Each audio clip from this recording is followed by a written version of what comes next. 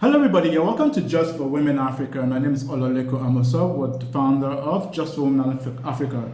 And today, we're on a Zoom interview all the way from Lagos, Nigeria. We have with us Onyinye Okereke, who is the founder and CEO of Chocolate Faces Artistry. She's into the filmmaking industry where she does artworks for people in the film industry, and all. She'll be talking to us on how she got started and her plans for the future. So stick around and we'll be right back.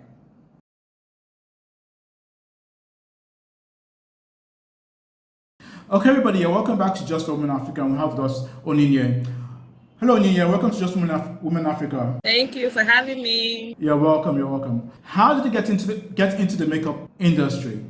So basically it was just being in the right place at the right time. Let me just put it like that. So coming out from school, there was no work. I had to do something for myself, just to like make ends meet, and something, just strike a livelihood for myself. And I found that I had a passion for makeup, and I feel like the rest is history from there, with the passion and then getting an opportunity from a very good friend of mine. That kind of kick-started this whole career and journey for me. But yeah, that's basically how I got into makeup artistry.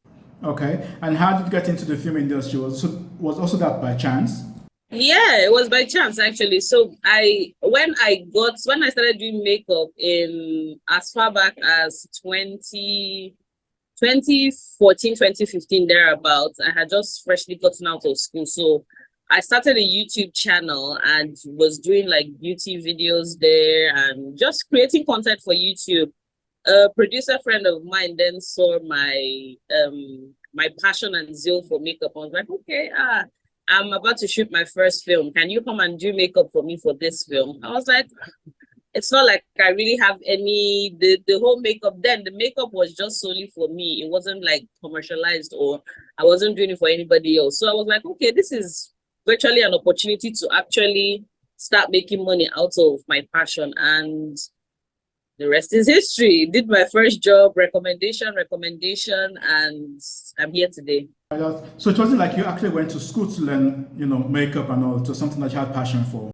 Yeah, it was just something, and it was as I had started it sometime in either 2018 or 2019. I can't remember quite clearly. I then went to Del York Academy, but basically my starting off from being self-taught. It was in 2018, I think, that I went to Del York Academy to just see what the film industry has more in store. But yeah, basically I was self-taught. So in the film industry, are there any basic skills you need to know before you can actually, start doing makeup on movie sets and all? Basic needs that you need to know how to do makeup, because the truth is you can't really compare the bridal makeup that a lot of makeup artists do and then the film or set makeup that we as makeup artists do. So basically I feel like the first step, as long as you know how to handle your brushing, know how to do makeup, color match the actor, the person's shade, so the person doesn't look white on camera, then from there you can, like what I was saying before, like the film makeup is so different because first off, you have to read the script. You're reading script, okay, what the actor looks like in this scene, what the actor doesn't look like in this scene. So okay, is the makeup toned down? Is the makeup loud? Is the person going for a party? There are just so many different things. That's why I say it's different from the whole bridal makeup, because the makeup most time, or maybe you're doing it, she has to have a bruising. So all that is still part of makeup. So that's why I said film makeup is quite different. But the basic I feel like would be knowledge, practice, and knowing how to do makeup. Okay. All right. So could you tell us how many movie sets have you worked on so far? Wow. Honestly, I cannot count. That's the truth. I cannot count. Like from 2015 up to today, there are lots. I cannot give you a definite answer of I worked on 20 sets because I know there are more than 20. I can't give you a definite answer, but I know that I've worked on a lot of sets. Okay. Could you name at least 2 or 3 movies you worked on? Okay, 2 or 3 movies I've worked on. Okay, so for now, let me take the bigger general platforms. So there's a movie on Netflix right now. It's called Strangers. I did the makeup for Strangers.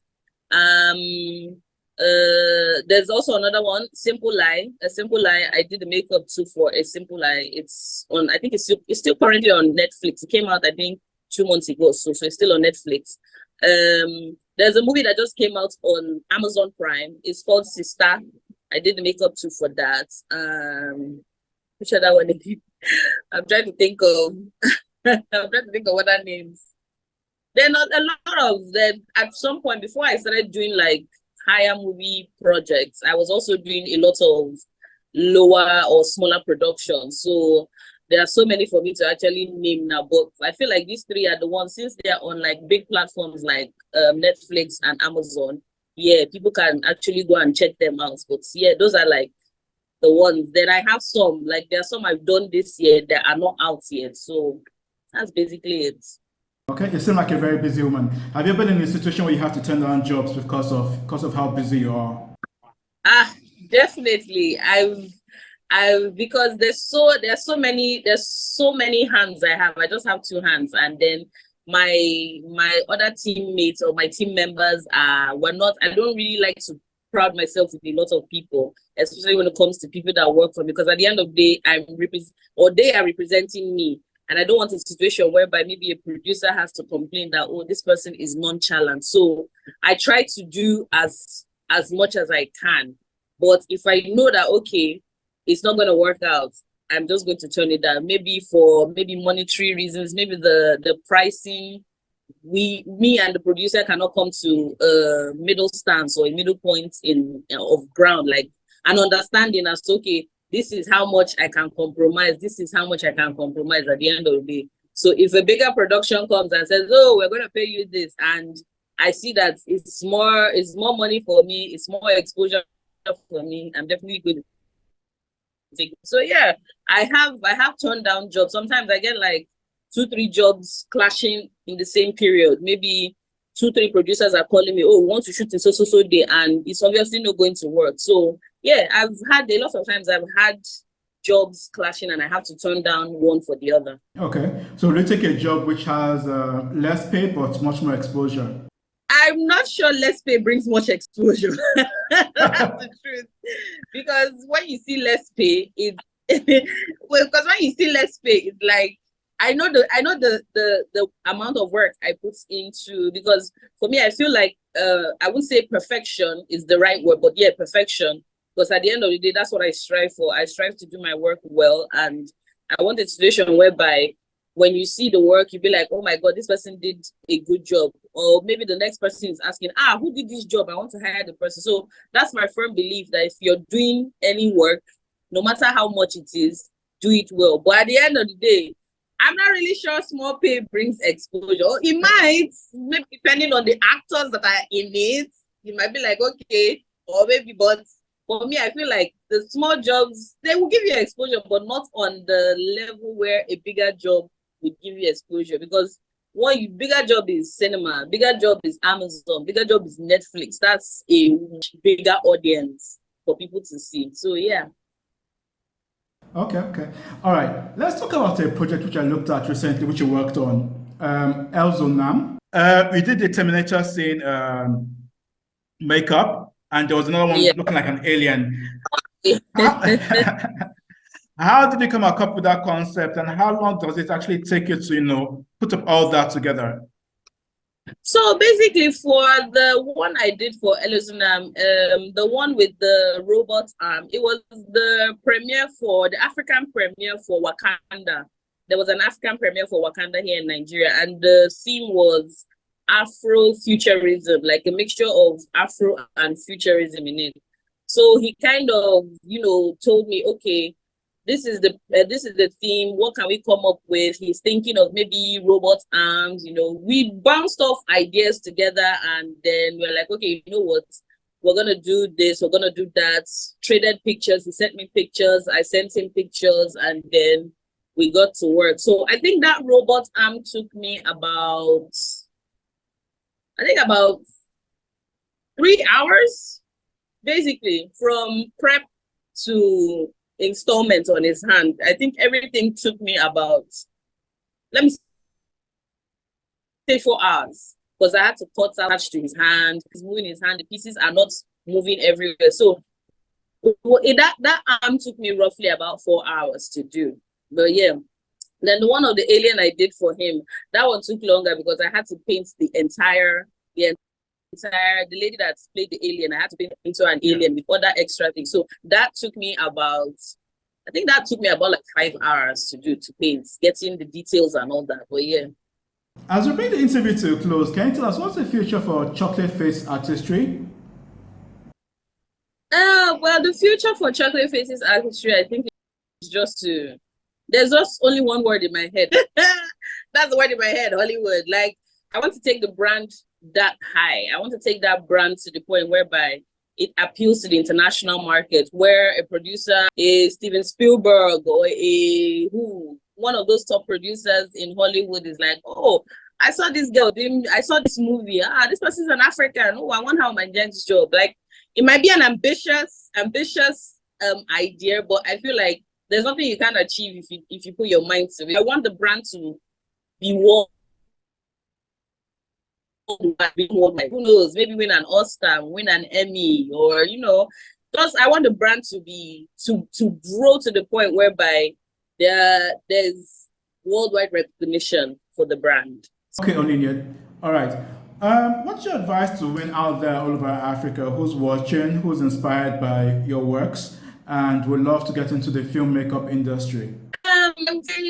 My number one advice would be, don't come into the industry with the idea of you're going to make a lot of young people are making right now, especially the ones that are in, they feel like, oh, as I'm coming in, they've heard Nollywood, their eyes are just going cha-ching, money, dollars, money. But it doesn't come that way. You can, yes, you come in with definitely with the mindset that, oh, you want to make money. But I feel like if you come in with what I can do, before I can now say, okay, yes, we're talking money now. Because I feel like nobody's going to pay you if you don't prove your worth. If you don't prove that you can really do this thing, nobody's going to pay you. So coming with the mind of, I'm coming to prove myself. I'm coming to prove my passion. I'm coming to show the world that, yes, I can do this or even do it better. Then you can now say, okay, yes, you cannot be talking money and talking every other talk you want to talk. So coming with passion, coming with the zeal too, because the truth is, our Nollywood is not the easiest, especially when it comes to shooting schedules. It's not like the Hollywood that you have like a film, a common film set can be like maybe 1 month or a year or 2 years. Most times we shoot our films in a space of 5 days. Most times we shoot our films in a space of maybe 10 days. If the budget is a lot, we can shoot for 14 days. So there's not really a lot of time frame for you to now say, okay, I'm going to come in, you have to push yourself.